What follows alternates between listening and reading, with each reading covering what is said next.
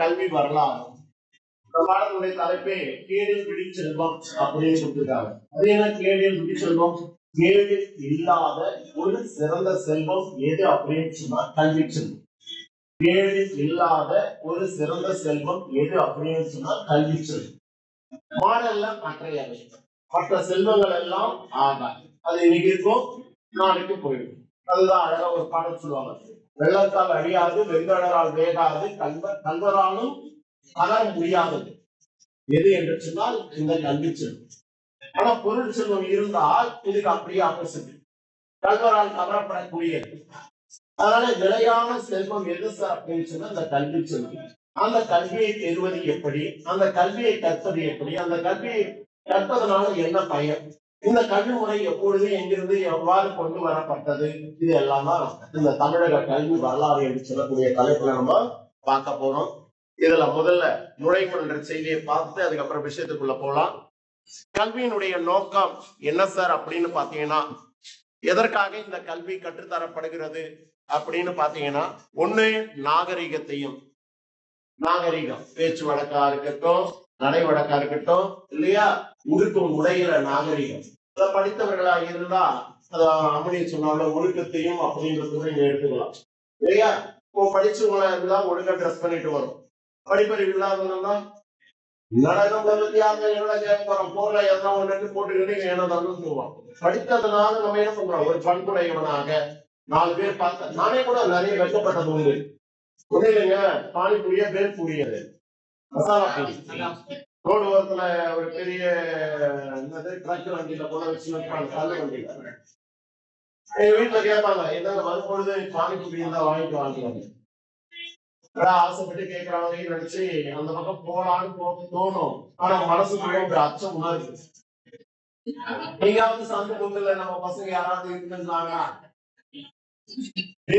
ஐயா பாடுறா பானிபூரி வாங்குறாரு, அவங்க என்ன பேரும் பானிபூரியா வாங்குறாங்களா அப்படின்னு ஐயா கூட இதை வாங்கி சாப்பிடுறாரா அப்படின்னு ஒரு மாதிரியா வகுப்புல வந்து ஓட்டிட்டாங்கன்னா மனசு தாங்காது அப்படின்னு நினைச்சு பூமி குறுகி இருக்காங்களா இல்லையா, யார் இருக்கா யார் இல்ல அப்படின்னு கொஞ்சம் நின்று அப்படி சுத்தி கூட்டி பார்த்துட்டு தான் அதுக்கப்புறம் போய் பானிபூரி கடையில நின்று, அது கூட மறைவா நின்று சார் சீக்கிரமா கொடுங்க சார் பஸ்ஸுக்கு போகணும்னு சொல்லி கடற்கரை கட்டி கொடுத்து வாங்கிட்டு வீட்டுக்கு வந்த பிறகு அது எல்லாரும் ஷேர் பண்ணி சாப்பிடும். என்ன வாங்கறதுக்காக இது. ஏன் இந்த வெக்கம் எனக்கு, ஏன் இந்த வெக்கம்? படித்ததுனால வெக்கம் இல்லையா. நம்ம கிட்ட படிச்ச மாணவர்கள் இருப்பாங்களே, நம்மளே சுகாதாரமான பொருள் தான் சாப்பிடணும், சுகாதாரமற்ற பொருளை உண்ணக்கூடாது அப்படின்னு சொல்றோமே, உணவு உண்ணக்கூடாதுன்னு சொல்றோமே, ஐயாவே வாங்க போறாரு அப்படின்னு நினைச்சு நம்மளே ஏதாவது ஒரு கலாய்ச்சிக்கான அப்படின்றதுக்காக வெக்கப்படுறது உண்டு.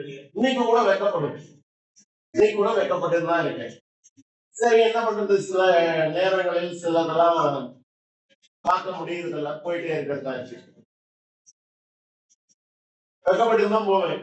அதுக்காகவே சில இடங்கள்ல சாப்பிடாம கூட வந்துட்டு உண்டு, சாப்பிடாம கூட வந்துட்டு உண்டு. என்ன நினைப்பாங்களோ அப்படின்றது ஒரு வேட்டம், வேற ஒண்ணு இல்லை. அப்ப ஒழுக்கம் இருக்கின்ற காரணங்களாலதான் நம்ம ஒழுங்கான உடை அணிந்து கொள்கின்றோம். கல்வி என்ற அறிவு இருக்கின்ற காரணங்களாலதான் நாகரிகத்துல சிறந்தவர்களாக இருக்கின்றோம். அந்த அடிப்படையில நாகரிகத்தையும் பண்பாட்டையும் வளர்ப்பது இந்த கல்வி. அப்ப கல்வியினுடைய நோக்கம் என்ன சார் அப்படின்னு சொன்னா நாகரிகத்தையும் பண்பாடு. பண்பாடுன்னா என்ன? பழக்க வழக்கம், முன்னோர்கள் தொட்டு எப்படி இருந்தாங்க நாம அது போல இல்லையா, பெரியவர்கள் முன்பாக சிறியவர்கள் அடங்கி வாழுங்கள். இந்த பண்பாட்டை எல்லாம் தெரிந்து கொள்ளுகிறது அப்படின்னு சொன்னா. ஆனா நீங்க படிச்ச மக்கள்ல பாத்தீங்கன்னா வீட்டுக்கு பெரியவங்க வராங்க, எழுந்திருச்சு மரியாதை கொடுக்க தெரியல, கால் மேல கால் போட்டுக்கிட்டு டிவியை பார்த்துட்டு இருப்பாங்க. சரியா சார்? முந்தைய காலத்துல அப்படி கிடையாது. தன்னை விட பெரியவங்க வராங்க அப்படின்னு சொன்னா இருக்கிற இடத்த விட்டு எழுந்து நின்று அவங்களுக்கு உட்காரத்துக்கு இடம் கொடுத்துட்டு அதுக்கப்புறம் தான் அவங்க உட்காருன்னு சொன்னாங்கதான் கீழே உட்காரு, அவங்க பக்கத்துல போய் உட்காருங்க. நீங்க அப்படி கிடையாது. அவங்க தான் வந்துட்டு போறமே, நான் டிவி பாக்குறேன், எனக்கு போர் அடிக்குது அப்படின்னு கால் போட்டு சின்ன குழந்தைல இருந்து எல்லாம் உட்கார்ந்துருக்கிறேன். அவங்கள நம்ம பரவாயில்ல உட்கார் பண்ணிடுறாங்க இல்லையா. ஏன்னா இந்த உலகம் அப்படி இருக்கு. இப்படி நாகரிகத்தையும் பண்பாட்டையும் வளர்ப்பதனுடைய நோக்கம் எது சார் அப்படின்னா கல்வி. 12 காலமாக முன்னோர்களால் வளப்படுத்தப்பட்ட அறிவாற்றலையும் வந்துருச்சு பாருங்க, அறிவாற்றலையும் அவங்களுடைய அனுபவத்தையும் ஒவ்வொரு தனி மனிதனும் பெறுமாறு. அதனுடைய அனுபவங்கள் நம் முன்னோர்களுடைய அனுபவங்கள், நம் முன்னோர்களுடைய அறிவியல் யார் பெறணும்? தனி மனிதன் ஒவ்வொருத்தரும் பெற வேண்டும். அதனாலதான் முதல்ல பள்ளிக்கூடத்துக்கு போ அப்படின்னு உன்னை பள்ளிக்கூடத்துக்கு வந்து அனுப்பாங்க. ஏன் இந்த வீட்டுல இருந்தா அப்பா அம்மா கிட்ட கட்டிக்க முடியாதா? முடியாது இல்லையா? அது ஒருதரப்பட்ட ஒரு விஷயம். ஆனா இங்கே பல சான்றோர்கள் கூறியிருக்கக்கூடிய கருத்துக்களை அந்தந்த ஆசிரியர்களுடைய அறிவாளர்கள் இந்த கருத்துக்களை மாணவர்களுக்கு போதிக்கும் போது அந்த அறிவாளர்களோட இல்லையா அனுபவங்களோட வாழ்க்கையில வாழ முடிகிறது. ஒருவரின் வாழ்க்கை முழுவதும் தொடர் நடைமுறையாக திகழும் கல்வியானது, சார் படிச்சுட்டா ஒரு கல்வின்னு சொல்லும்போது இவ்வளவுதானா அப்படின்னு வரையறை இருக்கானா? அளவு இல்லை. அதுதான் அழகா ஒரு படம் சொல்லுவாங்க, கல்வி கரையில கற்பவர் நான் சில அப்படின்னு. என்ன அர்த்தம்? கல்விக்கு கரையே இல்லை, எல்லையே கிடையாது. ஆனா கற்பவருடைய வாழ்நாளும் குறைவு அப்படின்னா என்ன அர்த்தம்? படிக்க வேண்டியது இன்னும் எவ்வளவு இருக்கு, ஆனா அது வரைக்கும் நம்மளுடைய வாழ்நாள் இருப்பதில்லை. அப்ப கல்விக்கு கரையில கற்பவரோ நான் சில அப்படின்னு சொல்றது கேட்டாப்ல, வாழ்க்கைக்கு தேவையான கல்வி கற்பதற்கு நிறைய விஷயங்கள் உண்டு. சமூக மாற்றத்தின் இன்றியமைய காரணியாகவும் விளங்குகிறது. அப்போ ஒரு சமுதாயத்துல ஒரு நல்ல மாற்றத்தை உண்டாக்குவது எது என்று சொன்னால் கல்வி.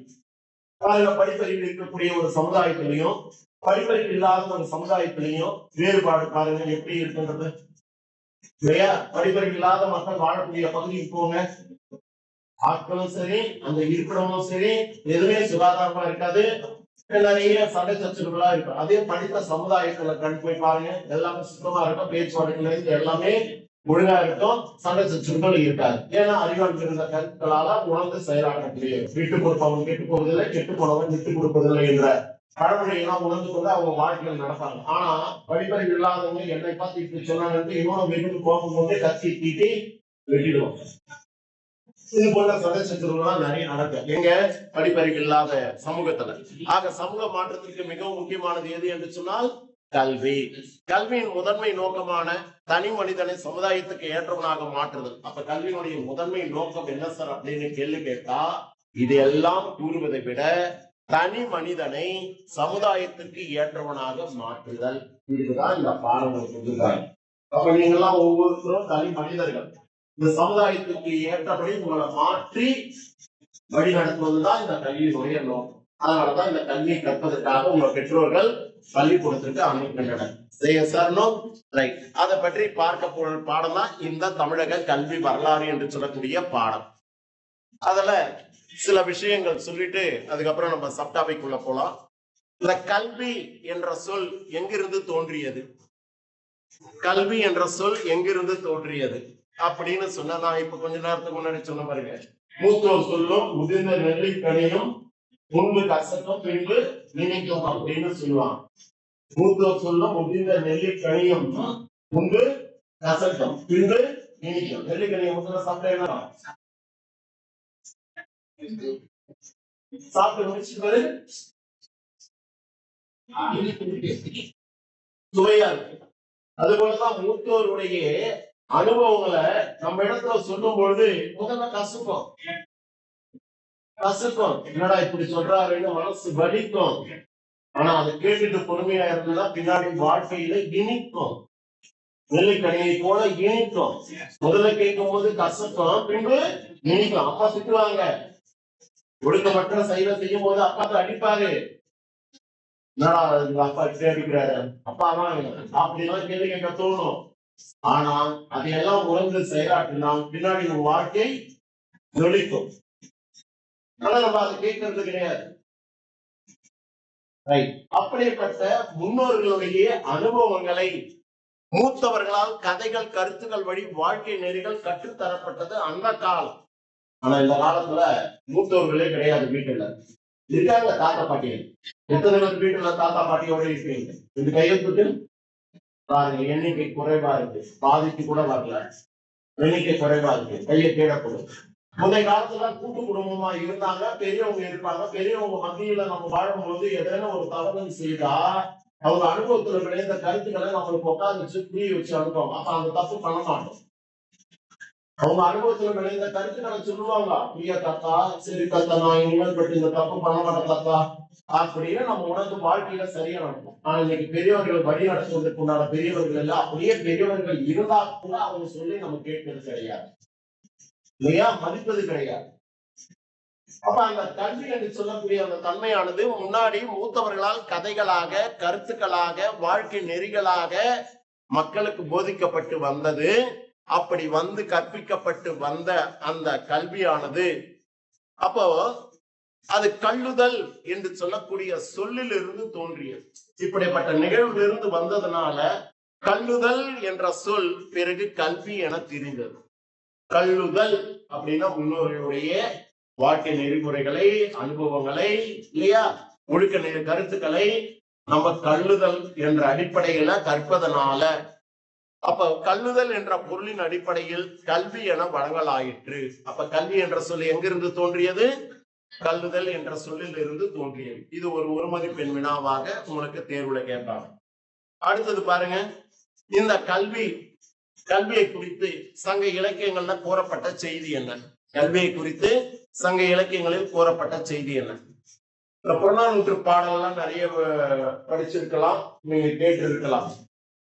கூற்றுடி உதவியும் உள்பொருள் கொடுத்தும் பிற்றங்களை முனியாது கற்றல் நன்றி அப்படின்னு ஆரியப்படை கடலை நெடுஞ்செழியன் நாட்டுடைய தலைவர் அந்த பாட்டுல இதை சொல்லுவாங்க. முற்றுமொழி உதவியும் உள்பொருள் கொடுத்தும் பிற்றங்களை முனியாது கற்றல் நன்றி அப்படின்னா என்ன சார்? ஒரு குருமார் இருக்காரு, ஆசிரியர் இருக்காரு, அவருக்கு தேவையான பணிவிடை செய்து அவருக்கு தேவையான பொருளை கொடுத்து அவரிடத்துல இருக்கக்கூடிய அறிவை பெற்று வாழ்ந்தால் நம் வாழ்க்கையில் சிறப்படையலாம் அப்படின்னுதான் அந்த பாடலுடைய பொருள். கூற்றுழி உதவியும் அப்படின்னா என்ன? தன் கையில இருக்கக்கூடிய பொருளை கொடுத்து அவருக்கு உதவியும், ஒரு பொருள் கொடுத்தும் இன்னும் இருக்கக்கூடிய பொருள்கள் எல்லாம் கொடுத்தும் பெற்றநிலை முடியாது கற்றல் நன்றி, எப்படியாவது முயன்று அந்த அறிவை வளர்த்துக் கொள்வதற்காக இவ்வாறு இருக்கணும் அப்படின்னு சொல்லப்பட்டது. எங்க ஆசான் கூட இந்த பள்ளிக்கூடத்துல ஒர்க் பண்ணியிருந்தாரு, பிஎட் காலேஜ்ல மதன கோபால். அவரு எங்க வீட்டுக்கு எதிரில அரசு பள்ளியில பணிபுரிந்த ஆசிரியர். எங்க வீட்டுக்கு எதிர் வீட்டுல வாடகைகள் இருந்தார். இப்ப நான் 4வது படித்தேன். எது இருந்தாலும் என்ன கூப்பிட்டாரு, ஏன்னா தம்பி இங்க வாப்பா அப்படின்னாரு. சார் சொல்லுங்க சார், கடைக்கு போயிட்டு கொஞ்சம் காய்க்கு வாங்கிட்டு வரீங்க அப்படின்னாரு. சார் வாங்கிட்டு வரேன் சார். அப்புறம் காசு கொடுப்பாரு, பேக் கொடுப்பாரு, போயிட்டு வாங்கிட்டு கொடுப்பாரு. ஒரு தம்பி ஒரு குடம் தண்ணி குடிச்சுன்னு வந்து தம்பியப்பா. சரிங்க சார். அதே போல இன்னொரு ஆசனம், எங்க வீட்டுக்கு 3வது வீட்டுல வாடகை இருந்தவர், ஆரோக்கியம் சொந்த ஊர் சேவூர். அவரு எது இருந்தாலும் குளிக்கிட்டு போனா கூட, கிணத்துக்கு குளிக்கு போனா கூட தெருவில் நின்று கூப்பிடுவாரு, ராம்தாஸே அப்படின்னாரு. சார் இதை வந்துட்டோம் சார். அவரோட நானே என்னுடைய ட்ரெஸ் எடுத்துக்கிட்டு கிணத்துக்கு போவோம். அவர் குளிக்கும் போது நானும் குளிக்கிறேன். ஏன்னா அவர் தனியா குளிக்கிறதுக்கு கொஞ்சம் அச்சமா என்னவோ கூட கூட்டிட்டு போவேன். வெக்கப்பட வேண்டாம், வெக்கப்பட வேண்டாம். அதே போல கடைக்கு போனோம்னா கூட லிஸ்ட் எழுதி கொடுத்துருவாரு, போயிட்டு இது கொஞ்சம் வாங்கிட்டு வந்து கொடுத்துருப்பா அக்காக்கு. சரி சார். ஒரு அமௌண்ட், பிஎஃப் அமௌண்ட் போஸ்ட் ஆபீஸ்ல கட்டிட்டு வாப்பா. சரிங்க சார். இன்னைக்கும் அந்த அவருடைய குழந்தைகள்லாம் என் மணி மேல உட்கார்ந்து வளர்ந்த குழந்தைங்க. இன்னைக்கு ஒரு சிஎம்சில டைம் செக்ஷன்ல ஒர்க் பண்ணிட்டு இருக்கா. இன்னும் 2-3 பேர்லாம் பெரிய ஐடி ஃபீல்டுல இருக்காங்க. இன்னைக்கும் அந்த ஆசிரியரை நான் மறக்கல, அவரும் என்ன மறக்கல அந்த அளவுக்கு. அப்ப ஆசிரியருக்கு தேவையான பணிவிடைகளை செய்தும், தன்னிடத்துல இருக்கக்கூடிய பொருள்களை கொடுத்தும், அவங்களிடத்துல இருக்கக்கூடிய அறிவை பெற்று வாழ்ந்தால் நாம் சிறப்படையும். இன்னைக்கு நான் இந்த அளவுக்கு இருந்ததற்கு காரணம், இருப்பதற்கு காரணம் நான் அவ்வாறு செய்ததுனால. இப்படி கல்வியை கற்பதற்காக முந்தைய காலத்துல இது ஒரு பாடலாக சொல்லப்பட்டிருக்கக்கூடிய செய்தி. இன்னும் நிறைய இருக்கு. அதாவது மன்னனும் மாசர கற்றோனும், ஒரு பக்கத்துல ஒரு தராசுனா மன்னன், இன்னொரு தராசுனா மாசர கற்றவன் என்று சொல்லக்கூடிய கல்வியை பெற்றவன். இந்த 20ல சிறந்தவன் யார் என்று ஆராய்ந்தார். யார் சிறந்தவர்கள்? மன்னனை விட மாசர கற்றவனை சிறந்தவன். மன்னனுக்கு தன் தேசம் மட்டும்தான் சொந்தம், ஆனா கற்றவனுக்கு சென்றவிடங்கள்லாம் சிறப்பு அப்படின்னு நாகரிகர் பாடல்ல சொல்லப்பட்டிருக்கு. கற்றவனுக்கு சென்றவிடமெல்லாம் சிறப்பு. அப்படி சொல்லக்கூடிய தன்மையை பார்க்கும்போது கல்வியை கற்பதனால எவ்வளவு சிறப்பு என்பதை இந்த இலக்கியங்கள் பதிவு செய்கின்றன. திருக்குறளை பற்றி சொல்லுவாங்க, கண்ணுடையவர் முகத்துல 2 கண்ணுடையவர் அறிவுடையவர். அறிவு இல்லாதவர்கள் 2 கண்கள் இருந்தும் அவர்கள் புண்ணுடையவர்களாக கருதப்படும். யாரு 2 கண்ணு இருந்தும் அவங்க படிக்கலன்னா அந்த 2 கண்ணும் புண்ணாக கருதப்படும். யாரு அறிவில்லாத. அறிவுடையவர்கள் 2 கண்களும் கண்களாக கருதப்படும். இப்படியெல்லாம் இலக்கியங்கள்ல கல்வியை குறித்த செய்திகள் பல உண்டு. அப்ப இந்த கல்வி எதற்காக அப்படின்றத நுழைவுள்ள செய்தியில பார்த்துட்டோம். அந்த அடிப்படையில இலக்கியங்கள் என்ன சொல்லுது சார்? இதுல பாத்தீங்கன்னா ஓதர் பிரிவுன்னு ஒரு பிரிவு கொடுத்திருக்காங்க. அது என்ன ஓதர் பிரிவு? ஓதுவதற்காக, ஓதல் அப்படின்னா கற்பதற்காக, பிரிந்து செல்வது. இப்ப நான் எனக்கு திருமணம் ஆகிவிட்டது, பிள்ளைகள் இருக்காங்க, இருப்பினும் நான் படிக்கணும், சில கலைகளை கற்று உணரணும், தெரிஞ்சுக்கணும் அப்படின்னு ஆர்வத்தோட அந்த கலைகளை எங்கு கற்று தருகிறார்கள், அந்த தொழில்நுட்பத்தை எங்க கற்று தருகிறார்கள் என்பதை அறிந்து அவ்விடத்திற்கு நாம் சென்று அத்தகைய கல்வியை பெற வேண்டும். அப்ப அவ்வாறு பெறுவதற்காக நான் என்ன பண்ணணும்? என்னுடைய குடும்பத்தை விட்டு பிரிந்து செல்லணும். இப்படி பிரிந்து செல்லக்கூடிய இயல்புக்குரியதான் ஓதல் பிரிவு. நீங்க கூட அடுத்த ஆண்டு பிளஸ் முடிச்சுட்டு பாருங்க, அதுக்கு அடுத்த ஆண்டு கல்லூரிக்கு போக போறீங்க. எங்க போறீங்களோ தெரியாது. அப்ப பேரண்ட்ஸ் விட்டு பிரிந்து போறீங்க. அது 3 வருஷமா இருக்கலாம், 4 வருஷமா இருக்கலாம், 5 வருஷமா இருக்கலாம். எதற்காக பிரிஞ்சு போறீங்க? படிப்பதற்காக. இது போல படிப்பதற்காக, அந்த அறிவை பெறுவதற்காக, அந்த தொழில்நுட்பத்தை பெறுவதற்காக, அந்த கலையை பெறுவதற்காக உடல் பிறந்தவர்களையோ பெற்றோர்களையோ அல்லது கணவனையோ அல்லது மனைவியோ பிள்ளைகளையோ விட்டு பிரியக்கூடிய அந்த பிரிவுக்குரியேதான் ஓதல் பிரிவு. அப்ப கல்விக்கு எவ்வளவு முக்கியத்துவம் இருந்திருந்தா இவ்வளவும் இடர்பாடுகளை கலைந்து செல்கிறார்கள் என்று சொன்னால் அது சிறப்புக்குரியது. அப்ப ஓதர் பிரிவு குறித்து சொன்ன நூல் எது சார் அப்படின்னா, தொல்காப்பியத்துல அகத்திணை இயல் என்று சொல்லக்கூடிய 25வது நூற்பா இது தெரியப்படுத்துது. அதான் இங்க கொடுத்திருக்காங்க. பண்டைய தமிழ் இலக்கண நூலான தொல்காப்பியம் கல்வி கற்பதற்காக பிரிந்து செல்வதை ஓதர் பிரிவு என்று கூறுகிறது. இன்னொன்னு, இந்த கல்வியினால கிடைக்கக்கூடியது என்ன சார் அப்படின்னா ஒரு பெருமிதம் இல்லையா? கல்வியினால கிடைக்கக்கூடியது பெருமிதம். இந்த பெருமிதம் என்பது என்ன சார் அப்படின்னு சொன்னா 8 வகை சுவைகள் சார். சுவைகளுடைய எண்ணிக்கை 9 தானே சார்? நாவுக்கு அறுசுவை, செய்யுளுக்கு என் சுவை. என்னன்னா 8 சுவைகள். அது என்னென்ன? நகை, அழுகை, இழிவரல், மறுக்கை, அச்சம், பெருமிதம், உவகை, வெகுளி என அப்பால் 8 மெய்ப்பாடு என்க அப்படின்னு மெய்ப்பாசி என்று சொல்லக்கூடிய தொல்காப்பிய நூலை சொல்லப்படுது. அப்ப பெருமிதம் எதனால வரக்கூடியது? கல்வியினால பெருமிதம் வரக்கூடியது. ஏன் இப்போ ஊர்ல யாருமே படிக்கிற இல்லாதவங்களாக இருப்பாங்க. நீங்க அந்த இடத்துல ஒரு படித்த பட்டம் பெற்ற ஒரு உயர்ந்த இடத்துல பதவி செய்யக்கூடிய ஒரு நபராக இருந்தீங்கன்னா அந்த ஊரில் கண் இருக்கக்கூடிய மக்கள் உங்களை ஒரு பெருமிதத்துடன் பார்த்தார். பெருமிதத்துடன் பார்த்தார். அப்ப இந்த பெருமிதம் என்று சொல்லக்கூடிய பெருமை எதனால கிடைச்சது அவனுக்கு? எதனால கிடைச்சது உனக்கு? படித்த படிப்பினால, பெற்ற கல்வி அறிவினால கிடைச்சது. இதனாலதான் உன்னை யாரும் உயர்ந்து பார்ப்பார்களா? பேசுவார்களா? பேசிருக்க மாட்டாங்க. ஏன்னா மற்றவர்களை விட நீ உயர்ந்த இடத்துக்கு போனது காரணம் பெற்ற கல்வி. அதனால உன்னை எல்லோரும் பெருமிதத்தோட பார்க்கிறார். இப்ப நீங்களெல்லாம் என்ன பெருமிதத்துடன் பார்க்கறதுக்கு காரணம் என்ன? நான் பெற்றிருக்கக்கூடிய கல்வி அறிவுல பார்க்கணும். இல்லைன்னா என்ன திரும்பி பார்த்துருப்பீங்க, ஏதோ கொஞ்ச நேரத்துக்கு முன்னாடி எங்க பழைய டீச்சர்ஸ் எங்களுக்கு வேணும்னு சொன்னீங்களே. ஏன் வேணும்னு கேட்டீங்க?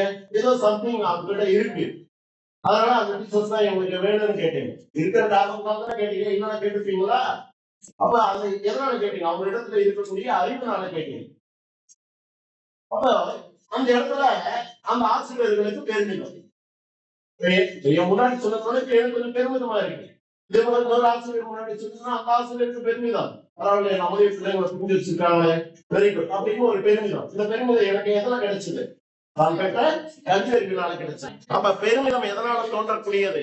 பாடத்துக்குள்ள வந்துடணும். நீங்க ஒன்னொன்னையும் ஒவ்வொரு மார்க் நினைச்சு கவனிச்சுனா தான் படிக்கும் போது ஈஸியா இருக்கும், இல்லைன்னா புரியாது. அப்ப பெருமிதம் எதனால தோன்றக்கூடியது? கல்வி என்ற சொல்லால தோன்ற இருக்கக்கூடியது. அப்ப இந்த பெருமிதம் என்பது என்ன சார்?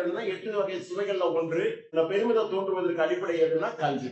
இப்ப நான் கதையே சொன்னேன் இல்லையா, படித்ததுனாலதான் எனக்கு பெருமை கிடைச்சிருக்கு அப்படின்னு. அப்ப இந்த பெருமிதத்தை குறித்து சொன்ன நூல் எது சார்னா தொல்காப்பியத்துல மெய்ப்பாட்டியல்ல 9வது நூற்பாவாக சொல்லப்பட்டிருக்கக்கூடியது. எனவே மாணவர்களுக்கு கல்வி அவசியம் என்பதை இந்த இலக்கியங்கள் நமக்கு வெளிப்படுத்துகின்றன. அடுத்தது பாருங்க, இன்னும் சில செய்தி கொடுத்திருக்காங்க பாருங்க. உற்றுணை உதவியும் உருப்பொருள் கொடுத்தும் பிற்றநிலை முனியாது கற்றல் நன்றே 183வது பாடல் புறநானூற்றுல.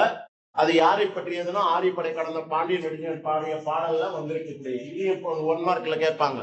உற்றுழி உதவியும் உருப்பொருள் கொடுத்தும் பிற்றநிலை முனியாது என்று சொன்ன நூல் எதுன்னு கேட்டா புறநானூறு 183வது பாடல். ரைட்? அப்படின்னா என்ன அர்த்தம்? உற்றுழி உதவியும் அப்படின்னா என்ன அர்த்தம்? உதவிகள் செய்தும் ஒரு பொருள் கொடுத்தும் தன்னிடத்துல இருக்கக்கூடிய பொருள். இப்போ உதாரணம், நான் விவசாயி, நிலத்தோட்டத்துல வேர்க்கடலை பிடுங்குறேன். அப்ப என்னுடைய குருவுக்கு கொண்டு போய் கொடுக்கணும். இல்ல கரும்பு போட்டிருக்கேன், கரும்பு வெட்டினா ஒரு 4 துண்டு கரும்பு எடுத்து அவருக்கு கொடுக்கணும். இல்ல கரும்பு பால் ஆடுறேன், அந்த பால் அவருக்கு எடுத்து கொடுக்கணும். இதெல்லாம் அந்த காலத்துல கொடுத்துருந்தாங்க. இப்போ கூட சமீபத்துல இந்த கட்டடத்துக்கு அடுத்தபடியா நிலம் இருக்கும். அவங்க பிள்ளைங்க 2 பேரும் எங்கிட்ட படிச்சாங்க. மேல இருந்து பார்ப்போம், அழகா புரியுறாங்க. சொல்லவே தேவையில்லை. அவங்க அப்பா அந்த குழந்தைகிட்ட கொடுத்து சாரி கட்டு போய் கொடுமா அப்படின்னு கொடுத்தாச்சு. இப்படியும் கொடுக்குறாங்க. இன்னமும் இருக்கு. ஊர்ல போனீங்கன்னா வாத்தியா இருக்கு, ஒரு படி கலரா இருக்கும் குடிச்சு அப்படின்னு கொடுக்குறாங்க. அழகானது இல்லை எது இருந்தாலும். அப்ப இதெல்லாம் இந்த பெருமிதம் எதனால வந்து கல்வி அறிவினார். இப்படி குருவுக்கு உற்றுடைய உதவியும் உருப்பொருள், குருன்னா மிகுதியான பொருளை கொடுத்தும் பிற்றநிலை முனியாது கற்றல் நன்றே. தப்பு தவறி கூட அறியாமல் இல்லாமல் கல்வி கற்கணும் என்று சொன்ன நூல் எது அப்படின்னு சொன்னா இந்த புறநானூறு. இது எல்லாம் இலக்கியங்கள் வாயிலாக நம்மளுக்கு தெரியப்படுத்தக்கூடிய செய்தி. அப்ப 3 செய்தி சொல்லியிருக்கேன். 1 ஓதர் பிரிவு, 2 பெருமிதம், 3 புறநானூற்று பாடல்ல இந்த பாடல் வரி. அடுத்தது பாத்தீங்கன்னா எதுக்காகலாம் இதை படிக்கிறோம் அப்படின்னு சொல்றதுக்காக முன்னே சொல்லிட்டேன். குடும்பம், அரசு, சமூகம் என்ற 3 நிலைகளிலும் சிறப்பினை பெறுவதற்கு எது தேவை அப்படின்னா கல்வி. இப்ப வாழ்க்கையில குடும்பம் நடத்துறதுக்கு பணம் தேவை, அதுக்காக கல்வி. சமூகத்துல ஒரு சிறந்த சமூகமாக மாறுவதற்கு கல்வி தேவை. இந்த நாடு சிறப்பாக ஆட்சி நடத்தணும் அப்படின்னு சொன்னா அதற்கும் தேவை கல்வி. அதனாலதான் படித்தவர்களுக்கு முன்னுரிமை கொடுக்கிறாங்க. ரைட்? இந்த அடிப்படையில தமிழகத்தில் தமிழ் ஆட்சி மொழியாக, பயிற்று மொழியாக, இலக்கிய மொழியாக விளங்கி உள்ளது. தமிழகம் அப்போது பெற்றிருந்த அரசியல் காரணமாக சுதந்திரத்தினால் தமிழ்நாடு எங்கும் என்ன மொழியாக இருந்தது? தமிழ் மொழியாகவே இருந்தது. இப்பதான் என்ன ஆயிடுச்சு? பிற மொழிகள் உள்ள வந்துருச்சு இல்லையா? இந்தியும் படிக்கலாம், பிறகு என்ன மொழி படிக்கலாம்? ஆங்கிலமும் படிக்கலாம்னு வந்துருச்சு. ஆனா சுதந்திரத்துல காலகட்டத்துல தமிழகத்துல நம்மளுடைய தாய்மொழியாக சொல்லக்கூடிய தமிழ் மொழி இருந்த காரணத்தினால தமிழே ஆட்சி மொழியாகவும். இது ஒரு 2 மார்க் கொஸ்டின்ல கேட்பாங்க. மா ராசமாணிக்கனார் கூறும் கருத்து யாது அப்படின்னு ஒரு கேள்வி. எதை குறித்து? தமிழ் மொழியை குறித்து மா ராசமாணிக்கனார் கூறும் கருத்து யாதுன்னு கேள்வி கேட்டா, தமிழ்நாடு சுதந்திரத்தை பெற்றிருந்த போது தமிழ்நாடு எங்கும் தமிழே ஆட்சி மொழியாக. அப்படின்னா ஆட்சி மொழினா என்ன அர்த்தம்? அரசு ஆளுகின்ற இந்த நாடு தமிழ் மொழியை முதன்மையாக கொண்டு அரசாட்சி செய்யக்கூடியது. கல்வி மொழியாகும், கல்வியிலையும் தமிழ் தான் முதன்மை மொழியாகவும் கொண்டு சமயம்னா என்ன? அது எந்த வகை சமயங்களாக இருக்கட்டும், மதங்களாக இருக்கட்டும். அதே நேரத்துல வாணிகம் என்று சொல்லக்கூடிய வியாபாரத்துல இருக்கட்டும், போன்ற எல்லா துறைகளிலும் பொது மொழியாகவும் எது இருந்தது? தமிழ் விளங்கி இருந்தது என்று யார் சொன்னாரு? மா ராசமாணிக்கனார். இவர் யாரு சார்? ஒரு தமிழ் அறிஞர். என்ன நூலை எழுதினாரு? 10 பாட்டு ஆராய்ச்சி என்ற நூலை எழுதியவர். எந்த நூலை எழுதியவர்? 10 பாட்டு ஆராய்ச்சி என்ற நூலை எழுதியவர். 10 பாட்டு நூல்கள் யாவை? திருமுருகாற்றுப்படை, குறுநூறாற்றுப்படை, பெருமானாற்றுப்படை, சிம்மானாற்றுப்படை, கூத்தராற்றுப்படை, குறிஞ்சிப்பாட்டு, முல்லைப்பாட்டு, பட்டினப்பாலை, மதுரை காந்து, நெடுநல்வாடல். அதுதான் 10 பாட்டு. அந்த நூலை ஆராய்ச்சி செய்தவர் இந்த மா ராசமாணிக்கனார். அவர் என்ன சொன்னாரு? தமிழே ஆட்சி மொழியாகவும்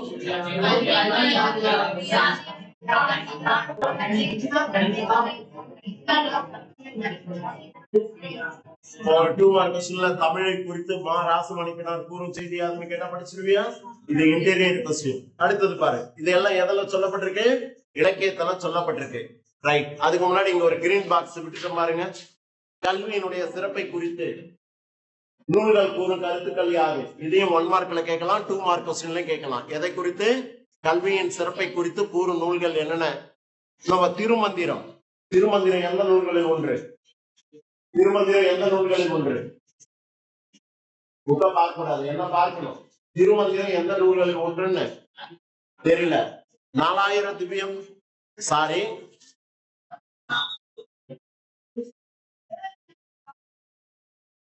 சைவ திருமுறைகளுடைய எண்ணிக்கை மொத்தம் எத்தனை? சைவ மதத்துல சொல்லப்பட்ட திருமுறைகள் எத்தனை? 63 நாயன்மார்கள். அவங்களால எழுதப்பட்ட நூல்கள் எது? சைவ திருமுறைகள் இல்லையா? அதுல முதலாம் திருமுறை, இரண்டாம் திருமுறை, மூன்றாம் திருமுறை, இது மூணு பாடியவர் திரு ஞான சம்பந்தர். யார் அவரு? திருஞான சம்பந்தர். 4, 5, 6 திருமுறையை பாடியவர் திரு நாவுக்கு அரசர். 7 சுந்தரர். 8 மாணிக்க வாசகர். மாணிக்க வாசகர் பாடிய நூல் எது? மாணிக்க வாசகர் பாடிய நூல் எது? என்ன நூல் பாடினார் மாணிக்க வாசகர்? திருவாசகத்திற்கு உருகார். என்னடா இதெல்லாம் படிக்கலையா? சென்றாண்டு படிக்கலையா? இல்ல. அப்ப புத்தக அறிவு மட்டும்தான், பொது அறிவு இல்ல உங்ககிட்ட. ரைட். திருவாசகம் மாணிக்க வாசகர் அருளி செய்த நூல் எதுன்னு கேட்டா திருவாசகம். ரைட், அதையும் நோட் பண்ணி வச்சுக்கோ. அந்த திருவாசகம் மாணிக்க வாசகரால் அருளப்பட்டது. 9வது திருமுறை, 10ஆம் திருமுறை, 11ஆம் திருமுறை, 12ஆம் திருமுறை. இந்த 12ஆம் திருமுறை தான் பெரிய புராணம் சொல்லக்கூடியது, சேக்கியரால் அருள செய்யப்பட்டது. இப்படி 12 திருமுறைகள்ல 10வது திருமுறை தான் எது சார் அப்படின்னு சொன்னா திருமந்திரம். யார் பாடினது இது? திருமூலர். யார் அவரு? திருமூலர் பாடின நூல் எதுன்னா திருமந்திரம். யார் சார் இந்த திருமூலர்? 3000 ஆண்டுகள் உயிர் வாழ்ந்தவர். எத்தனை ஆண்டுகள்? 3000 ஆண்டுகள் உயிர் வாழ்ந்தவர். 3000 பாடல்களை பாடிய புலவர் இல்லையா? ஒரு சைவ அடியவர் திருமூலர். உடம்பார் அடியின் உயிரார் அழிவர், உடம்பை வளர்க்கும் உபாயம் அறிந்தே உடம்பை வளர்த்தேன் உயிர் வளர்த்தேனே அப்படின்னு சொல்லுவார். அப்போ உடம்பார் அழியின் உயிரார் அழிவர், உடம்பு இல்லைன்னா உயிர் அழிந்து போயிடுமா. அதனால உடம்பை வளர்க்கும் உபாயம் வந்து உடல் வளர்த்தேனே உயிர் வளர்த்தேனே அப்படின்னு சொல்லுவார். அதனால உடலை வளர்த்தால் உயிர் வளர்த்தலாம் அப்படின்னு பாட்டுக்கு சொந்தக்காரர் யாருன்னா இந்த திருமூலர். இவர் சொன்ன கருத்து தான் இந்த இடத்துல துணையாய் வருவது தூய நற்கல்வி. எது நம்ம கூட வரும் கடைசி வரைக்கும் அப்படின்னு சொன்னா, எது நம்ம கூட கடைசி வரைக்கும் வரும்னு சொன்னா கல்வி மட்டும்தான் நம்ம கூட வரும் இல்லையா? ஏன்னா அது யாருக்கும் யாராலும் திருட முடியாது. ஆனா கொடுக்க கொடுக்க அப்படின்னா ஆகும், வளர்ந்துகிட்டே இருக்கும். சரியா? பாக்கெட் 100 ரூபாய் இருக்குன்னா ஆளுக்கு 10 ரூபாய் கொடுத்தா 10 பேருக்கு கொடுத்தாலே காலி ஆயிடும். ஆனா என் மூலையில் இருக்கக்கூடிய அறிவை 10 இல்ல 10,000 இல்ல 10 கோடி இல்ல வாழ்நாள் முழுதும் நாங்கள் பல பேருக்கு சொல்லிக் கொடுக்கக்கூடிய என்னுடைய அறிவு வளர்ந்து கொண்டே செல்லும். அப்ப கடைசி வரைக்கும் என்னிடத்துல இருப்பது எது? அதுதான் சொன்னார், நிலையாய் வருவது துணையாய் வருவது தூய நற்கல்வி அப்படின்னு சொன்னவர் யாரு? திருமூலர். நாம் இயற்றிய நூலாக சொல்லக்கூடிய திருமந்திரம். ஒரு மார்க்ல கேட்பாங்க, துணையாய் வருவது தூய நற்கல்வி என்ன சொன்ன நூல் எது? வாயை திறக்காம உண்மையை சொன்ன பதில் வராது. அடுத்தது கல்வி அழகே அழகு இல்லையா? கொண்டை அழகு, மை அழகு, மஞ்சள் அழகு, இந்த அழகை விட எது ஒருவருக்கு சிறந்தது அப்படின்னா கல்வியதான் அழகு. அப்ப அந்த கல்வியை கற்பதற்கு நாம் முயற்சிக்கணும் அப்படின்றத நாளுடைய பாடல சொல்லப்பட்டது. அடுத்த ஒரு செய்தி சொல்றாங்க பாருங்க, இளமையில் கல். அப்ப முதுமையில சாராயம் சார் அப்படின்னு கேட்கிறாரு சரியா? இளமையில் கல்லுன்னு சொல்லும் போது கல்வியை குறித்து சொல்லப்பட்டது. கல்லுனா கல்லுகள் அப்படின்ற சொல்லுல இருந்து வந்தது. அந்த கல்வியை கற்றால் எந்த வயதுல? இளமையில இல்லையா? முதுமையில ஊன்றுகொள் ஒன்று தேவைப்படாது. முதுமையில ஊன்றுகொள் ஒன்று தேவைப்படாது. ஏன்னா நிமிர்ந்து நிற்கலாம் அப்படின்னு சொல்றாங்க. இதை சொன்னவர் யாருன்னா ஔவையார். ரைட்? அறம் செய் விரும்ப ஆறுவதி சினம் இயல்வது கரவில். அது போல இது ஒரு இளமையில் கல் அப்படின்றது ஔவையார் சொல்லப்பட்டிருக்கக்கூடிய கருத்து. இது எல்லாம் கல்வியின் சிறப்பை குறித்து கூறப்பட்டிருக்கக்கூடிய செய்திகள். இது ஒரு 2 மார்க் கொஸ்டின்ல கேட்பாங்க, நோட் பண்ணி வச்சுக்கோ. 2 மார்க் கொஸ்டின்ல கேட்பாங்க, நோட் பண்ணிக்கோ. அடுத்தது இந்த கல்வியை குறித்து சார் இப்ப நீங்க சொன்னீங்க ராசமணிக்கெல்லாம் தமிழ்நாட்டுல தமிழ் ஆட்சி மொழியாகவும் பயிற்று மொழியாகவும் இருந்து இல்லையா சமயம் வணிகம் போன்ற நிலைகள்ல உயர்ந்திருந்தது அப்படின்னு தமிழ் மொழி குறித்து கருத்து சொன்னார்னு சொன்னீங்க. இதெல்லாம் படிப்பதற்காக சில அமைப்புகள் இருந்தன. என்னது? சங்கம் என்ற ஒரு அமைப்பு. சங்கம் என்ற ஒரு அமைப்பு. இந்த சங்கத்துல என்ன பண்ணுவாங்க? படித்தவர்கள் படித்தவர்கள் என்ன பண்ணுவாங்க, கூடி விவாதம் பண்ணுவாங்க. கூடி விவாதம் பண்ணுவாங்க. இப்ப நீங்க எல்லாம் படிச்சவங்க ஒரு ஒரு இடத்துல கூட்டமா கூடி, அப்ப அந்த கூட்டம் கூடுகின்ற அமைப்புக்கு பேரு சங்கம். அப்ப படித்தவர்கள் தன் அறிவால் இருந்த கருத்துக்களை பரிமாறிக்கொள்வார்கள், விவாதம் செய்வார்கள்.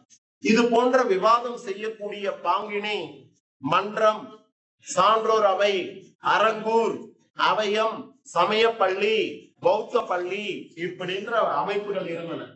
இன்னைக்கு கூட பாருங்க, பட்டிமன்றம் அப்படின்னு நிகழ்ச்சி நடத்துறாங்க. பட்டிமன்றம் அப்படின்னா என்ன, சான்றோர்கள் நிறைந்த அந்த அவையில அவங்க அறிவால் உதித்த கருத்துக்களை வாதாடுவது இல்லையா. இப்படி சங்கம் என்ற அமைப்பு பலர் கூடி விவாதிக்கும் மேடைத்தான் அப்படின்றது சொல்வதற்காக கையாளப்பட்ட சொற்கள் என்னென்ன அப்படின்னு கேட்பாங்க. மன்றம் படிங்க,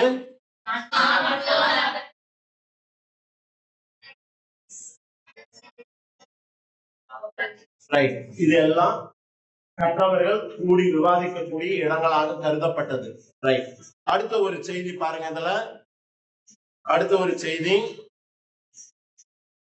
சரி சார், இந்த கற்பிக்கும் ஆசிரியர்கள், கல்வியை கற்பிக்கக்கூடிய ஆசிரியர்கள் எத்தனை வகை அப்படின்னு பார்த்தோம்னா 3 வகை ஆசிரியர்கள். கல்வியை கற்பிக்கக்கூடிய ஆசிரியர்கள் எத்தனை பேரு? 3 வகையில. அவங்க யாரு? ஒண்ணு கணக்காயர். ஒண்ணு கணக்காயர். உங்க பாடப்புத்தகத்துல கொடுத்திருக்காங்க பாருங்க. ஒண்ணு கணக்காயர் அப்படின்னா என்ன சார்? கணக்காயர்னா யாரு? ஆசிரியருக்கு ஒரு பேரு கணக்காயர். அவங்க என்ன சொல்லி கொடுத்தா அவங்களுக்கு பேரு கணக்காயர்? எழுத்தும் உரிச்சொல்லும் கணக்கும் கற்பிக்கக்கூடியவர்களுக்கு பெயர் என்ன? கணக்காயர். எழுத்தும் இலக்கியமும் உரிச்சொல்லும். உரிச்சொல்லுன்னா எது சார்? நிகண்டுகள். நிகண்டுனா என்ன? அகராதி. அறம் செய்ய விரும்பு, ஆறுவது சினம், இயல்வது கரவேல், வரிசையில சொல்லி தராங்கல்ல, அது போல சொல்லிக் கொடுக்கக்கூடிய ஆசிரியர்களுக்கு பேர் என்ன? கணக்காயர். இப்படி நாம வச்சுக்கலாமா? கணக்கு கற்றுக் கொடுத்தா நிகண்டுகளை அதாவது உரிச்சொல்லும் எழுத்தும் இலக்கியமும் கற்றுக் கொடுத்தா கணக்காயர் பேரு. சரியா? இதையும் 2 மார்க் சொல்ல கேட்பாங்க. கணக்காயர் என்பவருக்கு வேறு பெயர் என்ன? ஆசிரியர். கணக்காயர் என்ன சொல்லுவாங்க? ஆசிரியர். இன்னொரு பெயரும் இருக்கு, உபாத்தியாயர்னு பேரு. ஆசிரியருக்கு இன்னொரு பேர் என்ன? உபாத்தியாயர் அப்படின்னு சொல்லுவாங்க. ரைட். அடுத்தது 2வது வகை ஆசிரியர்னு சொல்றோம். அவங்க எதெல்லாம் சொல்லி கொடுப்பாங்க? பிற்காலத்தில் 5ஆக விரிக்கப்பட்ட 3 வகை இலக்கணங்கள். 3 வகை இலக்கணம் என்ன? எங்க பார்த்தோம் நம்ம? 3 வகை இலக்கணங்கள் எங்க பார்த்தோம்? எழுத்ததிகாரம், சொல்லதிகாரம், பொருளதிகாரம் எங்க பார்த்தோம்? தொல்காப்பியத்துல பார்த்தோம். எங்க பார்த்தோம்? இந்த 3 வகை இலக்கணத்திற்கு முன்பாக 5 வகை இலக்கணங்கள் இருந்தது. எழுத்து, சொல், பொருள், யாப்பு, அணி. அதுதான் இங்க சொல்ற. பிற்காலத்தில் 5ஆக விரிக்கப்பட்ட 3 வகை இலக்கணத்தையும், அந்த 3 வகை இலக்கணத்தையும் அவற்றுக்கு எடுத்துக்காட்டான பேர் இலக்கியங்களையும் கற்பிப்போர் யாருன்னா ஆசிரியர். 3 வகை இலக்கணங்களையும் பேர் இலக்கியங்களையும் கற்பிக்கக்கூடியவர்களை என்னன்னு சொன்னாங்க? ஆசிரியர்னு சொன்னாங்க. அடுத்து ஒருத்தர் குறவர். குறவர்ல எந்த ரா போட்டிருக்காங்க பாருங்க. குறவர்ல எந்த ரா போட்டிருக்காங்க? சின்னரா. இதே பெரிய ரா போட்டா அதுக்கு என்ன பொருள்? பெரிய ரா போட்டா இந்த குறவருக்கு என்ன பொருள்? சொல்லணுமே, சொல்லணுமே. எஸ். என்னமா? கையத்தட்டு. அந்த குழந்தைக்கு கையத்தட்டு, கையத்தட்டு தாங்க அறிவு. இப்ப எதனால அவங்களுக்கு பெருமை கிடைச்சது? தான் பெற்ற கல்வியினால பெருமிதம் கிடைச்சது. மற்றவங்களாம் ஜனம் போல உட்காந்து சொல்றதை கேட்கறதும் கேட்காம வேடிக்கை பார்த்துட்டு உட்காந்துட்டு இருக்க. கற்றதை நினைவில் கொண்டாதான் நீ கல்வி அறிவு பெற்றவன். அதெல்லாம் போன வகுப்புல சொன்னேன். கற்றதை நினைவில் கூறுதல், கேட்டல், நினைத்தல் அப்படின்னு சொன்னேன். நமக்கு படிச்சதை நினைவு கூறுறதே கிடையாது. அப்ப இந்த குறவருக்கு என்ன பொருள் சார் அப்படின்னு சொன்னா, மலைவாழ் மக்களை உணர்த்தக்கூடியது. மலைவாழ் மக்களை உணர்த்தக்கூடியது. சரி, மேலகர குறவர்னா யாரு? சமய குறவர்கள். இங்க எழுதுன நானு.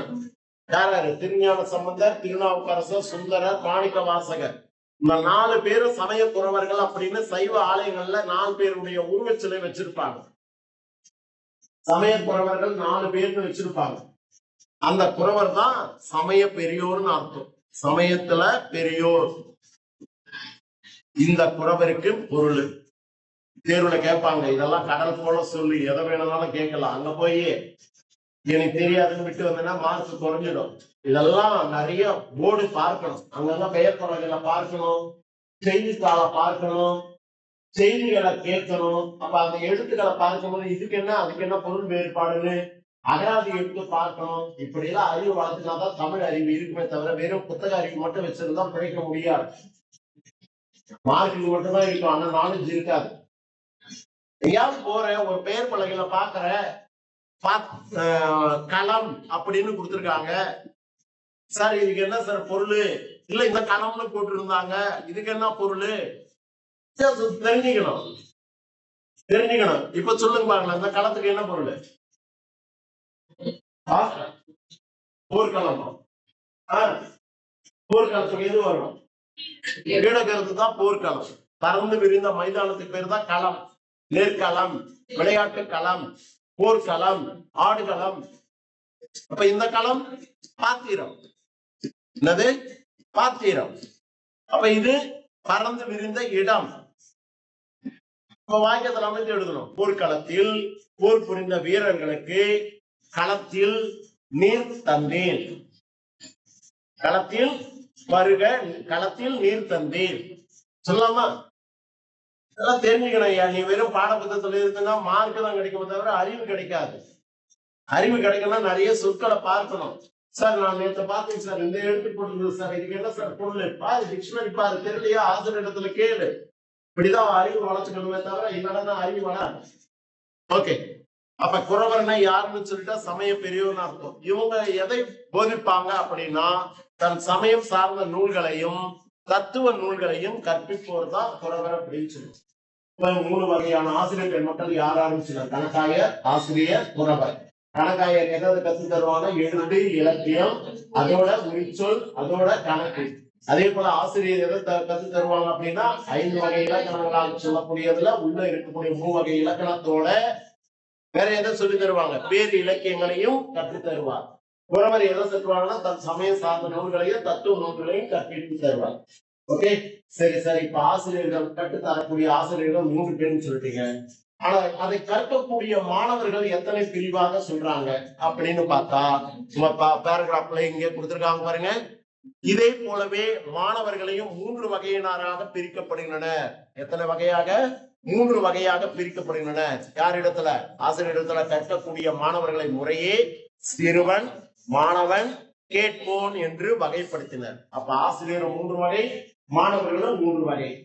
அந்த மாணவர்கள் யாரு யாரு அப்படின்றத நான் போன வகுப்புல கூட தொல்காப்பியத்துல சொல்லி இருந்தேன் இல்லையா? ஒரு முறை கேட்போன், இருகால் கேட்பின், மும்முறை கேட்பின் அப்படின்னு சொன்னேன்.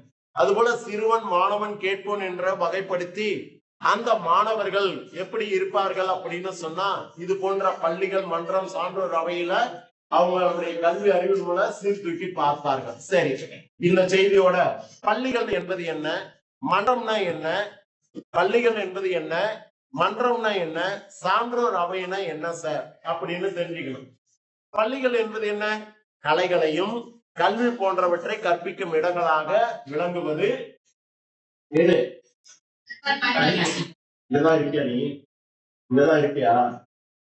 நீயோ கடபடாத முடிக்கிறடா. நீ என்னவோ பண்ணிட்டு கிடக்குற, என்னவோ பண்ற, பதில் வரமாட்டேங்குது. நாக்குல பதில் வரமாட்டேங்குது, வாயில எங்கேயோ கவனம் போயிட்டு இருக்குதுன்னு தெரியுது. இங்க இருந்தாதானே என்ன அண்டர்லைன் பண்ணி காட்டுறாருன்னு தெரியும். இப்போ பள்ளிகள் என்பது எதை கற்றுத் தருவது அப்படின்னா கலைகளையும் கல்வி போன்ற கற்பிக்க இடங்களாக விளங்குவது எது அப்படின்னு சொன்னா பள்ளிகள். சரி, மன்றம்னா என்ன? கற்ற வித்தைகளை அரங்கேற்றும் இடமாக திகழ்வது மன்றம். சொல்றல பட்டி மன்றம். அப்ப கற்ற வித்தைகளை, இப்ப நான் பட்டிமன்றத்துல பேசுறேன் அப்படின்னா என்னிட நான் கற்ற வித்தைகளை அவ்விடத்தில் இருந்து செயலாற்றுவது. சரியா? அது போல கற்ற வித்தைகளை, நீங்க கற்றுணர்ந்த வித்தைகளை அரங்கேற்றம் செய்வது. இப்போ உனக்கு கிராஃப்ட் ஒர்க் தெரியும், கிராஃப்ட் ஒர்க் தெரியும். அப்போ ஒரு மேடையில நின்று மாணவ செல்வங்களுக்கு அந்த கிராஃப்ட் ஒர்க்கை செய்து காட்டி வித்தைகளை காட்டுற. அப்ப நீ கற்ற வித்தைகளை அரங்கேற்றம் செய்யக்கூடிய இடத்துக்கு பேர் என்ன பேரு? மன்றம். இது ஒரு 2 மார்க்ஸ்ல கேட்பாங்க. மன்றம் என்பது என்ன? அதே போல சான்றோர் அவை என்பது என்ன? சான்றோர்னாலே யாரு? கல்வியில் சிறந்தவர்கள், பெரியவர்கள். அந்த பெரியோர்கள் செயல்களை சீர்தூக்கி பார்க்கும் அவையாக இருந்தது. இப்ப நீங்க எல்லாம் படித்தவர்கள் தான், இப்போ நானும் படித்தவர் தான். இதுல யார் சிறந்தவர்கள் அப்படின்றத சான்றோர்கள் அவையில இருந்து சீர்தூக்கி பார்த்தது. இப்படி மன்றம், பள்ளி, சான்றோர் அவை என்பது குறித்த செய்திகளும் இங்கே கூறப்பட்டிருக்கிறத கவனிக்கணும். அடுத்தது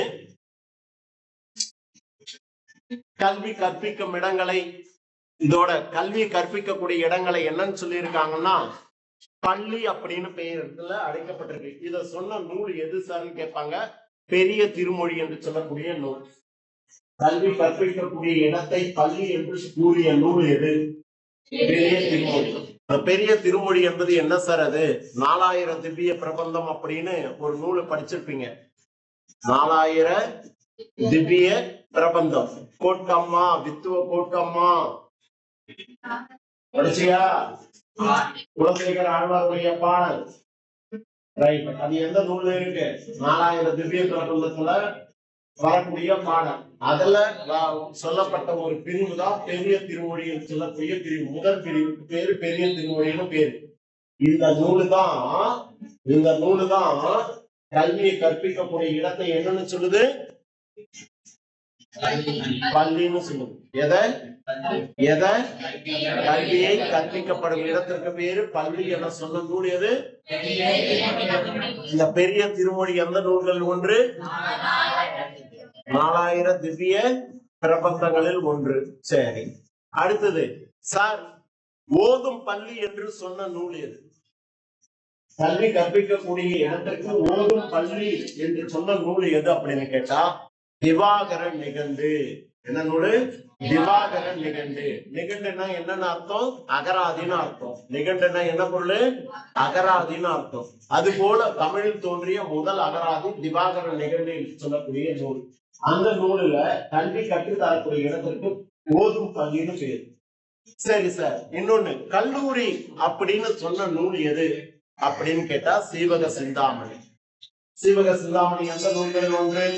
ஐம்பெரும் சிலப்பதிகாரம், பொன்னியின் சீவக சிந்தாமணி, விளையாட்டு. இந்த சீவக சிந்தாமணி அந்த நூலுல கல்வி கற்பிக்கக்கூடிய இடத்துக்கு பேரு என்ன சொல்லிருக்கு? கல்லூரின்னு சொல்றது. இது மூணுத்தையும் நாம சொல்லணும். கல்வி கற்பிக்கக்கூடிய பள்ளி என்று சொன்ன நூல் எது? ஓதும் பள்ளி என்று சொன்ன நூல் எது? திவாகர. கல்லூரி என்று சொன்ன நூல் எது? இதெல்லாம் ஒருமுறை இல்லை. சரியா? இப்படி சொல்லி அந்த கல்வியை கற்பதற்கு உண்டான மூல நூல் எது? ஏடு, சுவடி, புத்தகம், பணுவல், நூல் என பல பெயரிட்டு அழைத்தனர். எதை? ஏட்டு கற்றைகளை என்னென்ன சொல்லி அழைத்தார்கள்? ஏடு எனவும், சுவடி எனவும், புத்தகம் எனவும். இந்த மூணு மட்டும் எது? ஏடு, சுவடி, புத்தகம். இந்த மூணு மட்டும் ஓலை கற்றை அப்படின்னு பேரு. என்ன கற்றை? ஓலை கற்றைன்னு பேரு. அதனுடைய வழித்தோன்றலாக உள்ள இருக்கக்கூடிய பிரிவுக்கு பேர் தான் பணுவல், நூல் என பெயரிட்டு அழைத்தனர். உங்க பாடப்புத்தகத்துல பலமொழி தெரிய பாருங்க. பலமொழி தெரியும்.